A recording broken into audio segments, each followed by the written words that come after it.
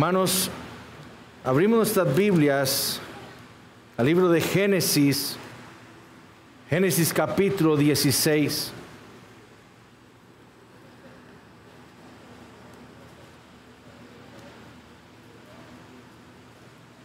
Vamos a leer los primeros 3 versículos. Dice así la palabra del Señor. Sarai, bueno, ponemos de pie, por favor. Sarai, mujer de Abraham, no le daba hijos, y ella tenía una sierva egipcia que se llamaba Agar. Dijo entonces Sarai a Abraham: ya ves que Jehová me ha hecho estéril. Te ruego pues que te llegues a mi sierva, quizás tendré hijos de ella. Y atendió Abraham al ruego de Sarai. Y Sarai, mujer de Abraham, tomó a Agar, su sierva egipcia, al cabo de 10 años que había habitado Abraham en la tierra de Canaán, y la dio por mujer a Abraham, su marido. Podemos tomar asiento.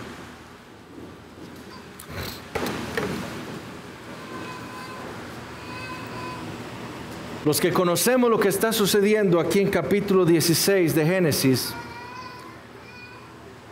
deberíamos sentir lo mismo cuando leemos Génesis capítulo 3, por ejemplo, o Génesis capítulo 9, con lo que sucedió con Lot y sus hijas. Porque lo que ocurre en este capítulo lo deja a uno verdaderamente confundido. ¿Cómo es posible que después de haber experimentado tales eventos, Adán, Noé y Abraham pudieron haber hecho lo que hicieron? ¿Cómo es posible, por ejemplo, que después de haber tenido aquella experiencia delante del Señor en el jardín del Edén, de haber escuchado su voz y de haber sido receptor de un pacto divino, Adán hubiera podido pecar contra Dios? ¿Cómo es posible que después de haber examinado, de haber recibido tal salvación como Noé, y de haber sido también receptor de un pacto de Dios, Noé hubiera pecado contra Dios de la manera en la que lo hizo? ¿Y cómo es posible que después de haber experimentado una cristofanía en Génesis capítulo 15, la segunda persona de la Trinidad viniendo a Abraham para consolarlo, y de haber hecho un pacto con él, Abraham pudiera hacer contra el Señor lo que hizo en Génesis capítulo 16? La triste respuesta a esa pregunta es: sí es posible que un creyente justificado como lo había sido Abraham pecara de esta manera contra el Señor. Ese pecado que llevamos dentro no le quiere creer al Señor, no quiere esperar sus tiempos, quiere que se hagan las cosas a su manera. Todos y cada uno de nosotros, mis hermanos, debemos tomar muy en serio las lecciones que vamos a estar viendo en este capítulo. Porque todos y cada uno de nosotros hemos actuado así contra el Señor, y muy probable actuaremos así contra Él en el futuro. Dios nos libre. Génesis capítulo 15 había llevado a Abraham a la montaña de lo que significaba la experiencia con el Señor. Génesis capítulo 16 lo va a llevar a lo más bajo de su experiencia con Él. Pero igual que como ocurrió en Génesis capítulo 15, aquí vamos a ver la gracia de Dios resplandeciendo en medio de la oscuridad del caos que trajo el pecado. Y es lo que vamos a estar viendo en esta mañana. La gracia de Dios en medio de la incredulidad de Abraham. Y quiero que veamos este capítulo en 3 puntos. Y nos vamos a centrar en una persona, no en Abraham, sino en Agar. Y en las 3 escenas en las que ella está involucrada en este capítulo. Vamos a ver en primer lugar a Agar en la casa de Abraham. En segundo lugar vamos a ver a Agar en el desierto, y en tercer lugar vamos a ver a Agar de vuelta en la casa de Abraham. Leamos entonces nuevamente los versículos 1 al 3. Sarai, mujer de Abraham, no le daba hijos, y ella tenía una sierva egipcia que se llamaba Agar. Dijo entonces Sarai a Abraham: ya ves que Jehová me ha hecho estéril. Te ruego pues que te llegues a mi sierva, quizá tendré hijos de ella. Y atendió Abraham al ruego de Sarai. Y Sarai, mujer de Abraham, tomó a Agar su sierva al cabo de 10 años que había habitado Abraham en la tierra de Canaán, y la dio por mujer a Abraham su marido. Moisés, inspirado por el Espíritu Santo, inicia el capítulo dándonos algunos datos importantes para que podamos entender la magnitud de lo que va a suceder en este capítulo. Inspirado por el Espíritu Santo, nos recuerda lo que registró en Génesis 11, que Sarai era estéril y no tenía hijo. Eso es importante. El otro dato importante es que ella tenía una sierva egipcia llamada Agar. Ahora, ¿por qué es esto importante? Porque la pregunta que debemos contestar es, ¿de dónde adquirió Sarai una esclava egipcia? Recordemos que Abraham salió de Ur, de los caldeos, con todas sus posesiones. Esto incluían sus esclavos. Pero es muy improbable que Abraham hubiera tenido esclavos egipcios. Lo más probable es que esta egipcia, Agar, con la cual Abraham va a pecar contra el Señor, le haya sido dada a Sarai después de que Abraham, en su incredulidad, había entrado a Egipto. En Génesis capítulo 12. Abraham iba a aprender con esto que va a suceder, que nuestros pecados no solo tienen consecuencias en el presente, sino que algunos de ellos van a tener consecuencias en el futuro. La incredulidad de Abraham en Canaán, en Génesis capítulo 12, le iba a traer terribles consecuencias 10 años después, en Génesis capítulo 16. Y viéndose desprovista de un hijo, o mejor dicho, viéndose desprovista del hijo que Dios le había prometido a su esposo, Sarai entonces viene a Abraham con una queja. Así es como inicia el capítulo 16. Ya ves que Jehová me ha hecho estéril. En un sentido, Sarai estaba en lo correcto. El Dios que creó el universo, que gobierna todas las cosas, que gobierna todas sus criaturas, fue quien había hecho a Sarai estéril. Como le recordaría el Señor a Moisés, cuando él mismo había caído en incredulidad en Éxodo capítulo 4.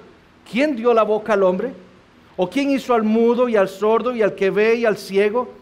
¿No soy yo Jehová? ¿Quién hizo a la estéril? ¿No soy yo Jehová? Sarai entonces estaba en lo correcto al afirmar que su condición le había sido dada por Dios. Pero como afirmó el Señor con la muerte de Lázaro, esta esterilidad más bien iba a servir para manifestar la gloria de Jehová. El problema era que Sarai no se estaba humillando delante del Señor con esta afirmación, ella se estaba quejando. Y en su incredulidad, entonces ella diseña un plan en su cabeza y lo comparte con su esposo. Te ruego pues que te llegues a mi sierva, quizá tendré hijos de ella. En la antigüedad esto era una práctica común. Cuando una esposa no podía tener hijos, ella podía darle a su esposo una de sus esclavas para tener hijos por medio de ella. Sin embargo, porque una práctica sea común en el mundo no implica que sea correcta delante de Dios. Como aprendemos en Génesis capítulo 2, cuando Dios diseñó el matrimonio, Él lo diseñó para que fuera entre un hombre y una mujer, no un hombre y dos mujeres, no un hombre y una mujer. Tratar entonces a la esclava de su esposa como si fuera su esposa era pecado y Abraham lo sabía. Así no fue como el Señor había diseñado el matrimonio. Pero de nuevo, por seguir una costumbre común para el mundo en el que Abraham vivía, Abraham iba a pecar contra Dios. Y lo mismo sucede en nuestros días. Hay una práctica en la modernidad en donde hay mujeres que son estériles y entonces permiten que su esposo tenga relaciones sexuales con otra mujer para tener un hijo. El matrimonio cristiano entiende, si Dios hizo estéril a mi esposa o me hizo estéril a mí, yo no voy a pecar contra Dios haciendo algo como eso. Yo voy a estar contento con la soberanía de Dios, con su providencia para mi vida y voy a preferir adoptar. Pero hacer eso es pecado. Lo mismo, niños, para el mundo decir mentirillas es algo correcto y que podemos hacer. No entregué la tarea. Ay, maestra, es que se la comió el perro. Para el mundo eso es correcto.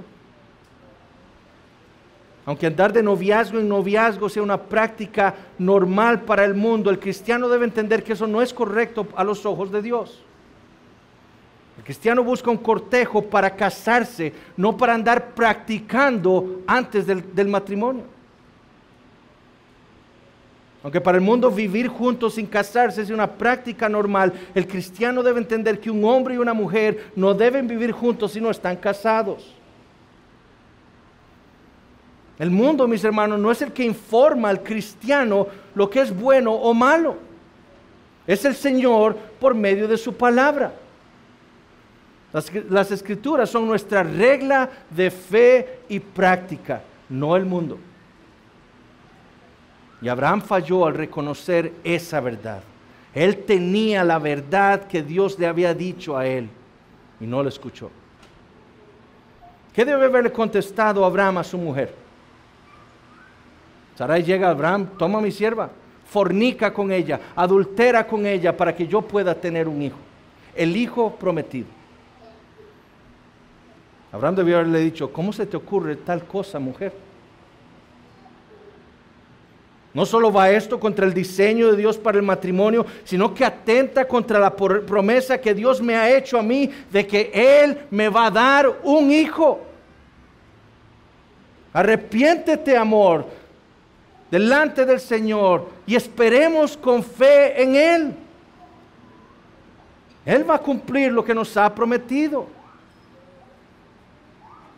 Pero ¿no les parece más bien que lo que sucede aquí es idéntico a lo que ocurrió en el jardín del Edén, en Génesis capítulo 3?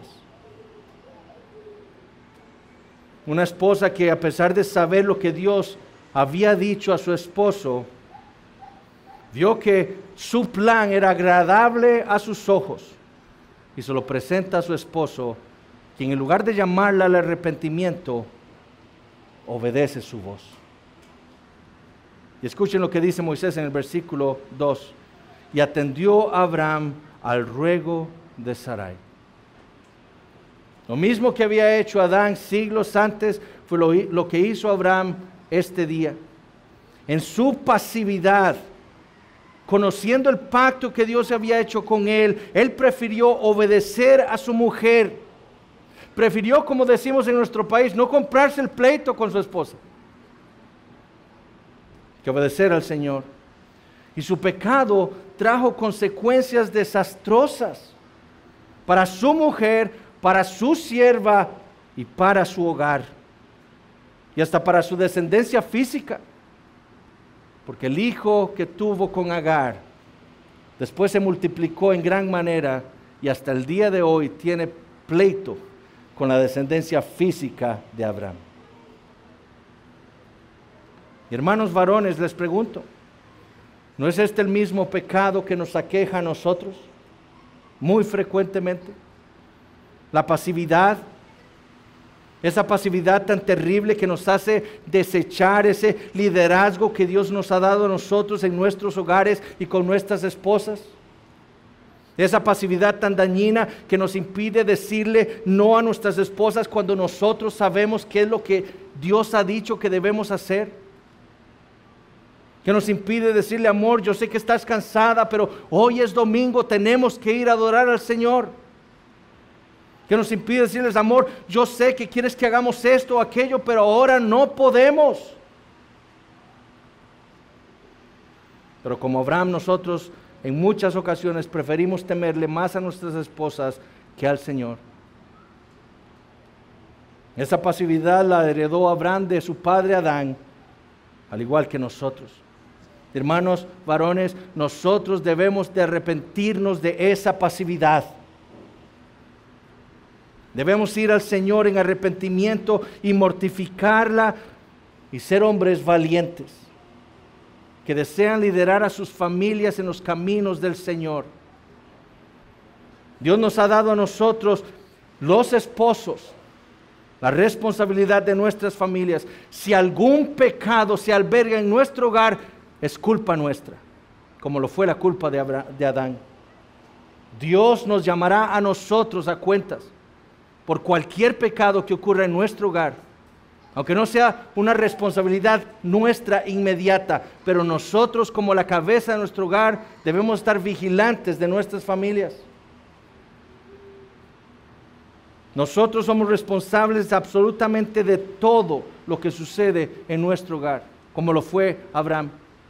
Y jóvenes, y padres, madres, con hijos varones, nuestro deber es enseñarle a nuestros hijos que ellos van a ser un día hombres. Y debemos enseñarles a ellos lo que significa la masculinidad bíblica y tomar responsabilidad de sus cosas, a no rehuirle a la responsabilidad. Y debemos pedirle entonces mucha sabiduría al Señor para saber guiarlos a ellos, porque un día ellos serán esposos y padres, si Dios así lo quiere. Y hermanas, ustedes son hijas de Eva también. Y como le dijo el Señor a Eva, tu deseo será para tu marido. Su deber entonces, hermanas, no es pedirle al Señor que su esposo les diga sí a todo lo que ustedes quieran. Hermanas solteras, ustedes no quieren pedirle al Señor un hombre que le diga sí a todo lo que ustedes quieren. Su deber es pedirle al Señor que su esposo o su futuro esposo sea un hombre valiente, que va a amar más al Señor de lo que las ama a ustedes y por lo tanto va a dar su vida por ustedes para que ustedes sean cada día más santas delante del Señor. Versículos 3 y 4. Y Sarai, mujer de Abraham, tomó a Agar su sierva egipcia al cabo de 10 años que había habitado Abraham en la tierra de Canaán, y la dio por mujer a Abraham su marido. Y él se llegó a Agar, la cual concibió, y cuando vio que había concebido, miraba con desprecio a su señor. Moisés es claro que registra este evento como un pecado de parte de Abraham. Notemos las repetidas veces donde le llama a Sarai la mujer de Abraham, la esposa de Abraham. Como dice el versículo 3, la dio por mujer a Abraham su marido. Esto que va a ocurrir en unos momentos no es correcto delante de Dios. Más pecaminoso que el plan de Sarai fue el consentimiento de Abraham. Y notemos, como les dije, que este pecado de Abraham va a traer consecuencias desastrosas para su hogar. Abraham se llega a Agar, ella concibe, ¿y qué pasa? Bueno, entonces Agar empieza a despreciar a su señora. Noten la queja de Sarai, el versículo 5. Entonces Sarai dijo a Abraham, mi afrenta sea sobre ti. Yo te di mi sierva por mujer, y viéndose encinta me mira con desprecio. Juzgue Jehová entre tú y yo. Agar no ha sido culpable hasta ahora. Ella como esclava debe hacer lo que su señora le pide. Es más, si leemos cuidadosamente este relato, Agar está siendo aquí tratada como un objeto, no solo por Sarai, por Abraham también. Sarai no le pregunta a Agar, ¿tú me ayudarías con esto? No le pide su opinión. Además, Agar no es llamada por Sarai por su nombre. Simplemente le dice mi esclava. Y lo mismo hace Abraham. En el versículo 6 le dice, he aquí tu sierva. No le dice, he aquí Agar. No, he aquí tu sierva. Como un objeto. Pero ahora que Agar se ha dado cuenta que ha concebido del patriarca de la familia, ahora sí entonces empieza a notarse la maldad que hay en el corazón de Agar. Y se nota en su desprecio de Sarai, la esposa del patriarca. Quizás Agar ahora creía que ella entonces llegaba a tener más poder que Sarai. Yo le he dado un hijo al patriarca. Ahora quizás mi hijo sea el que va a heredar todo. Mi hijo será el heredero. Y empieza a despreciar a Sarai. Ahora, en lugar de arrepentirse de su perverso plan, Sarai va a Abraham y lo acusa a él. Lo acusa a él de haberle hecho mal a ella. Mi afrenta sea sobre ti. O sea, el culpable de todo esto que está pasando en nuestro hogar eres tú, Abraham. Juzgue Jehová entre tú y yo. ¿Perdón? El plan fue tuyo. ¿Cómo me acusas a mí? Y de nuevo, esto es lo mismo que sucede en Génesis capítulo 3. El culpable excusándose delante de Dios. Y como un hombre pasivo, en lugar de poner en orden su hogar, aquí para todo, Agar, no desprecies a Sarai, ella es mi esposa. Sarai, deja de maltratar a tu sierva. En lugar de poner en orden su hogar, después de haber pecado y haber traído caos por su pecado a su hogar, noten lo que le dice Abraham a Sarai en el versículo 6. He aquí tu sierva en tu mano, haz con ella lo que bien te parezca. Y como Sarai la afligía, ella huyó de su presencia. No es mi problema, haz tú con tu esclava lo que quieras. ¿Qué clase de respuesta? ¿Qué pasividad? Lavándose las manos. El responsable de todo había sido Abraham. ¿Cómo haz tú lo que mejor te parezca? Es tu responsabilidad resolver lo que está sucediendo por tu pecado. Tú eres la cabeza de tu hogar. Como dijo Kent Hughes, no hubo en este relato ningún personaje honorable. Todos fueron ignobles. Abraham fue el peor. Fue patético, pasivo, impotente y descuidado de ambas mujeres. ¿Qué hizo Sarai entonces? Haz con tu sierva lo que mejor te parezca. Se desquita. Y empieza entonces a afligir a Agar. Y ese término que Moisés usa ahí, afligir, es muy interesante. Porque es el mismo término que el Señor usó cuando le recuerda o le dice, le promete a Abraham en el capítulo 15 lo que le iba a suceder a su descendencia 400 años después, cuando estuvieran en una tierra ajena. Ellos iban a ser oprimidos. Bueno, en lugar de arrepentirse y pedirle perdón a Agar por haberla hecho partícipe de ese pecado, Sarai oprime a la egipcia. Ella le hace a la egipcia lo mismo que los egipcios le harían en el futuro a su descendencia, la oprimió.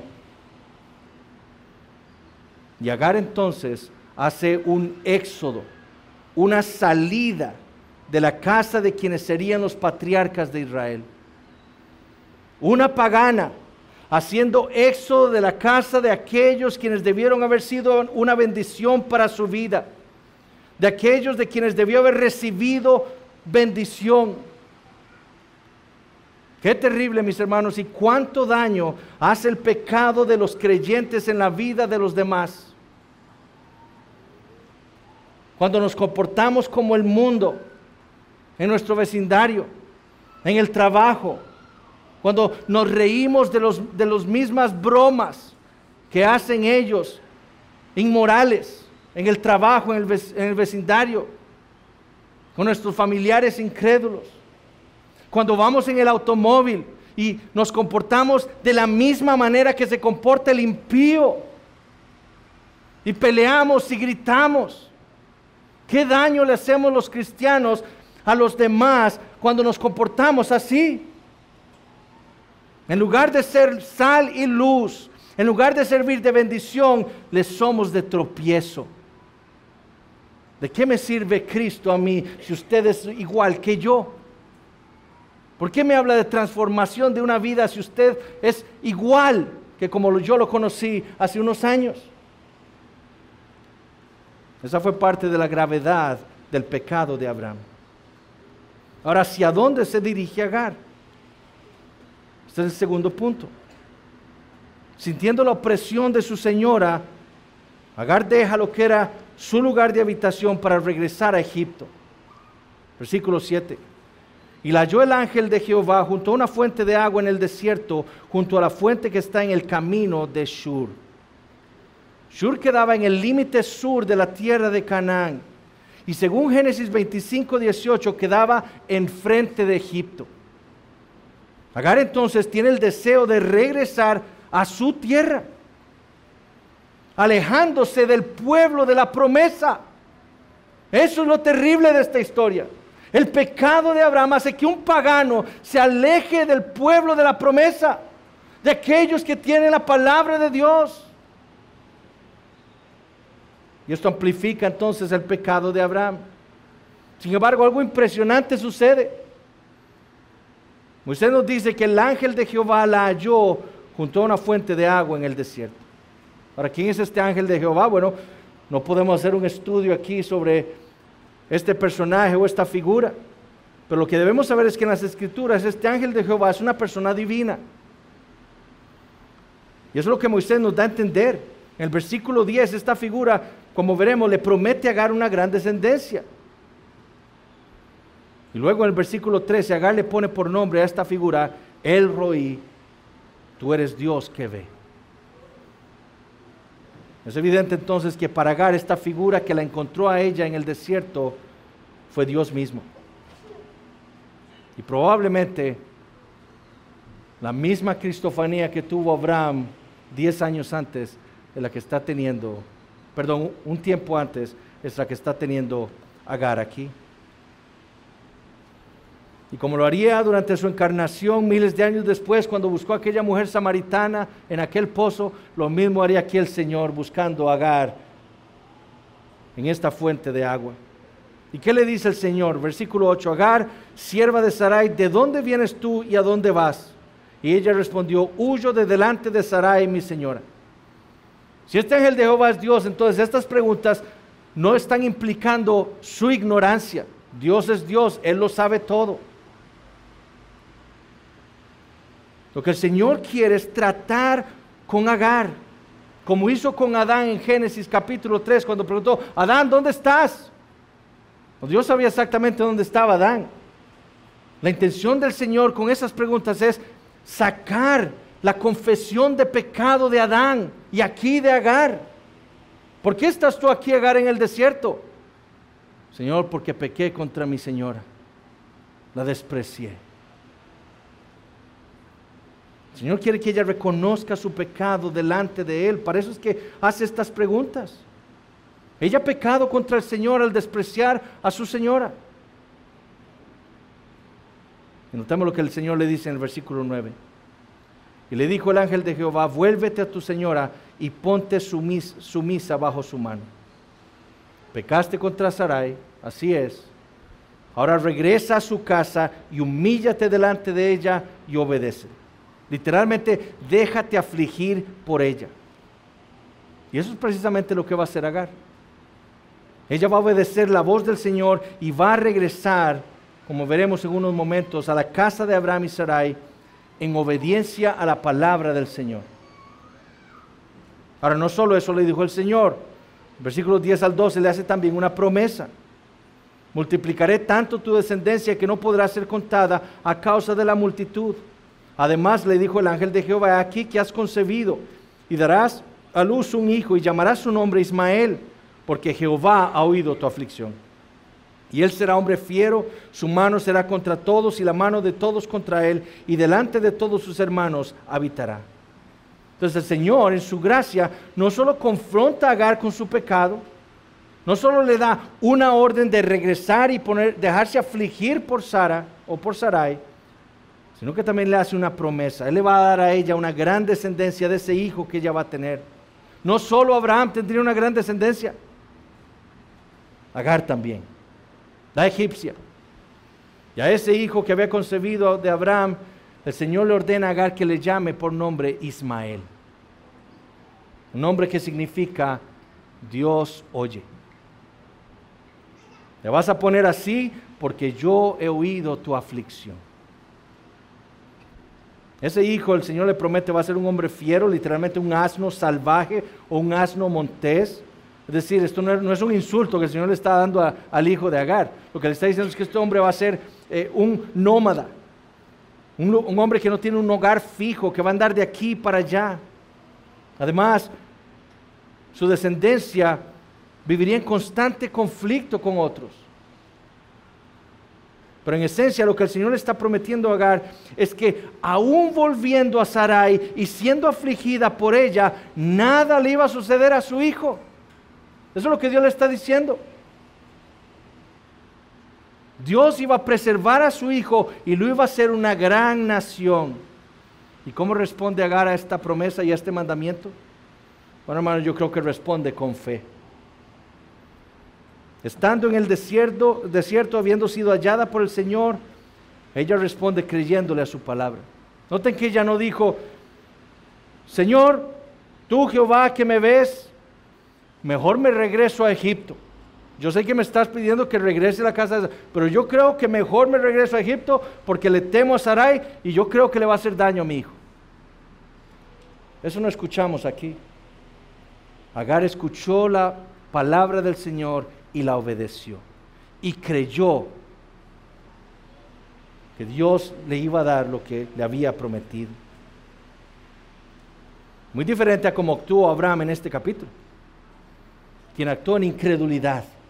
Abraham sabía lo que Dios le había dicho. Dios le había prometido un hijo por medio del cual él bendeciría a las naciones, un hijo que sería milagroso.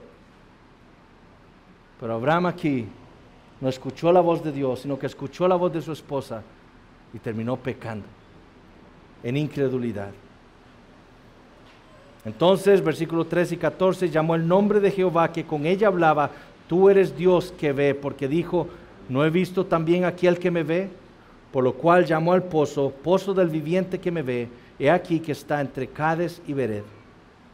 Esta es la única ocasión en toda la Biblia que un hombre le pone nombre al Señor. La única. Siempre es Dios revelándole su nombre a los hombres. Pero aquí y solo aquí tenemos a una persona, a una mujer, a una egipcia, poniéndole nombre al Señor. El Dios que ve. No fue Agar la que vio a Dios, fue Dios quien la vio a ella. Fue el Señor quien la buscó, la vio en el desierto en el cual ella estaba. Él es el viviente que me ve. No solo Dios oye, no solo es Ismael. Cada vez que Agar llamara a su hijo Ismael, ella recordaría este encuentro con el Señor. Dios me escuchó, Él oyó mi aflicción. Ismael, sí recuerdo aquel día. Oh, hermanos, qué consuelo es para el creyente ese nombre del Señor. Él es quien nos ha visto. Él sabe dónde estamos. Él conoce todo lo que estamos pasando. No hay nada oculto para Él de todo lo que estamos sufriendo. Él es el que tiene ojos como llama de fuego. Y Él es el que entonces viene siempre a nuestro auxilio. Qué gracia la del Señor para pecadores como nosotros. Él nos ve, Él conoce nuestras circunstancias, Él no está oculto a nosotros, ni nosotros, mis hermanos, le estamos ocultos a Él. Él nos ve. ¿Qué tenemos que hacer entonces? Ir a Él. Él nos oye. ¿Por qué le ocultamos nuestras aflicciones? ¿Por qué le ocultamos nuestros padecimientos? ¿Por qué le ocultamos nuestras preocupaciones? Él las ve, Él las conoce, pero Él oye también. Abraham no hizo eso. Y habiendo tenido entonces Agar este maravilloso encuentro, ¿qué es lo que hace? Regresa a Canaán, a casa de Abraham y Sarai. Versículos 15 al 16. Y Agar dio a luz un hijo a Abraham y llamó a Abraham el nombre del hijo que le dio a Agar, Ismael. Era Abraham de 86 años cuando Agar dio a luz a Ismael. Moisés entonces quiere dejarnos claro que Agar respondió en obediencia al Señor. Ella regresó a casa de Abraham para ponerse sumisa, para dejarse afligir por Sarai. Y estando allí da luz al hijo de Abraham. Y notemos esto. No es Agar la que le pone el nombre al niño, es Abraham. ¿Cómo supo Abraham que debía ponerle Ismael a este hijo? Bueno, la única manera es que Agar le haya contado, que ella le haya contado a Abraham: no sabes lo que me pasó. Jehová vino a mí en el desierto. El Dios que me ve vino a mí porque escuchó mi aflicción y me dio una bendición sobre mi hijo. Y me dijo que tendría una gran descendencia de él.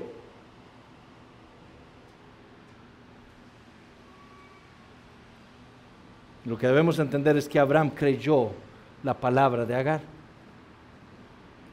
Él entendió que el Dios que lo había visitado a él un tiempo antes también la había visitado a ella. Y por eso le puso el nombre Ismael.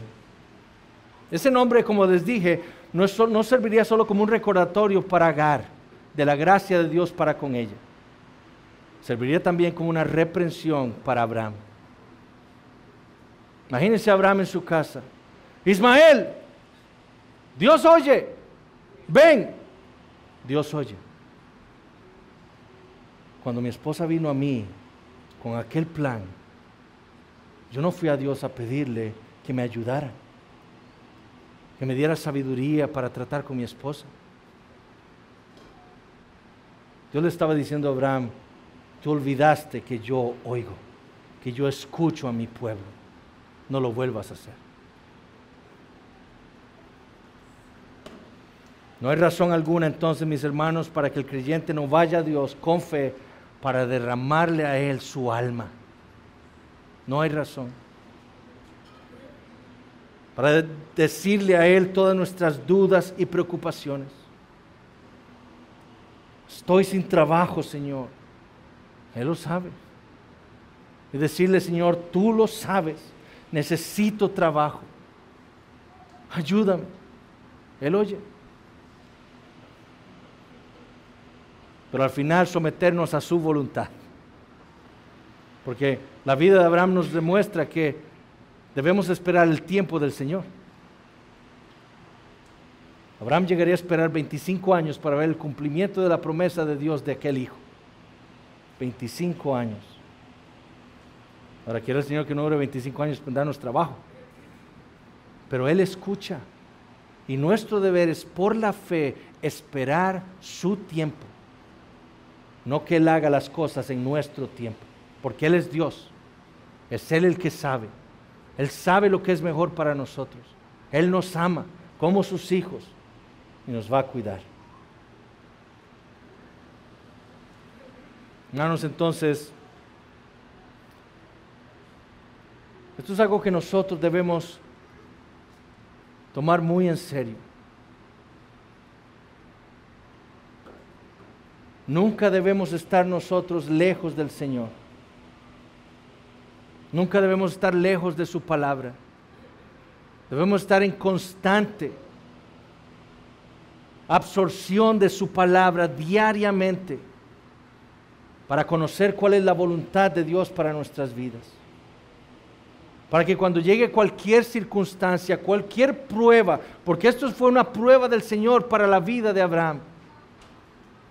En Génesis 15, cuando Dios lo visita a él, se notan dudas en la fe de Abraham.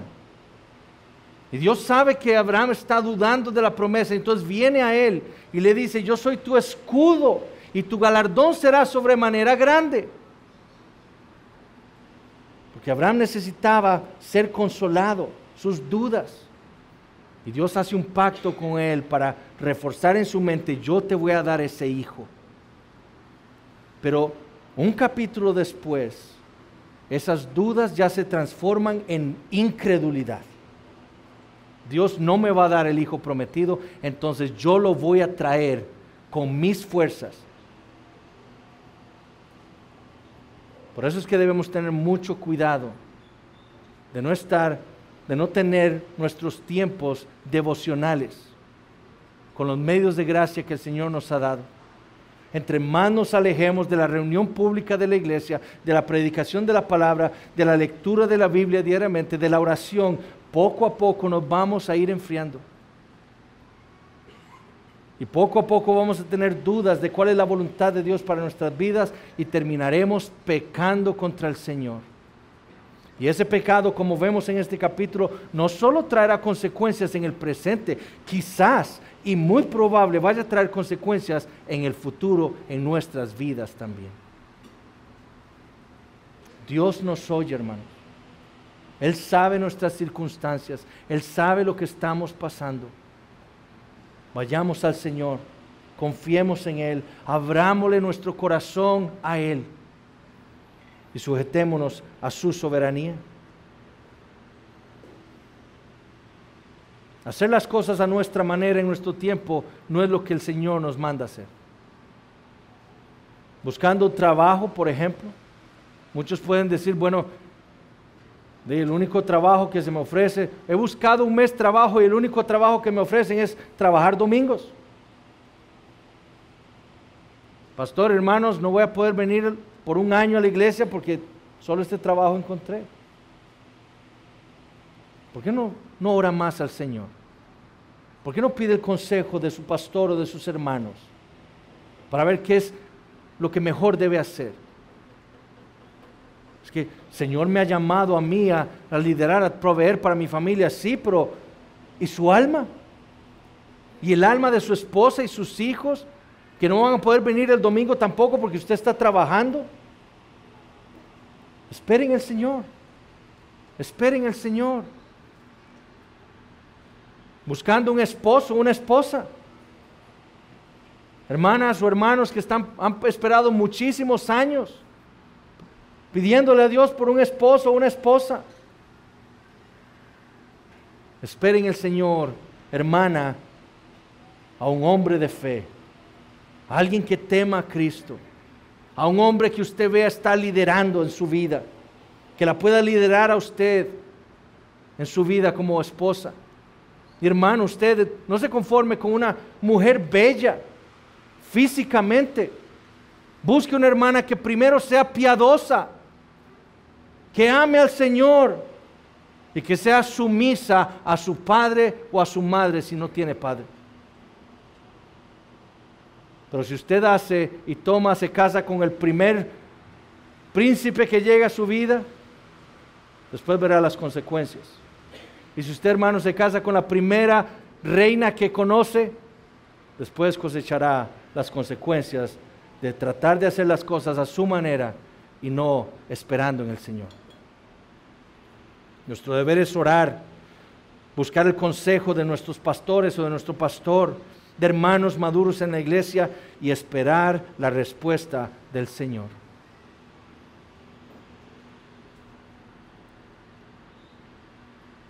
Y si usted que nos acompaña aquí, usted no es un creyente,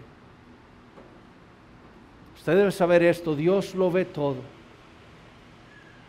No hay nada de lo que usted haya hecho en su vida que Dios no lo sepa. Usted puede estar en su cuarto a solas, a oscuras. Esos pensamientos que usted ha tenido, Dios los sabe. Él sabe. Las papitas que usted se robó cuando tenía 3 años. Él sabe las mentiras que ha dicho en su trabajo.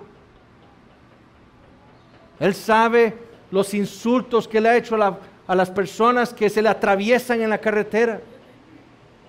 Él lo ve todo. Pero si hay algo que este pasaje nos enseña hoy, es que la gracia de Dios fue para con Agar y puede ser para con usted también. Y esa gracia está en el Señor Jesucristo. Él vino para redimir a su pueblo. Él vino para dar su vida, para perdón de pecados, para justicia, para los injustos como nosotros que la necesitamos. Y Él vino a resucitar para darnos a nosotros una nueva vida. Es el llamado entonces de esta iglesia local, que usted se arrepienta y vaya con fe a aquel que oye, para pedirle su salvación.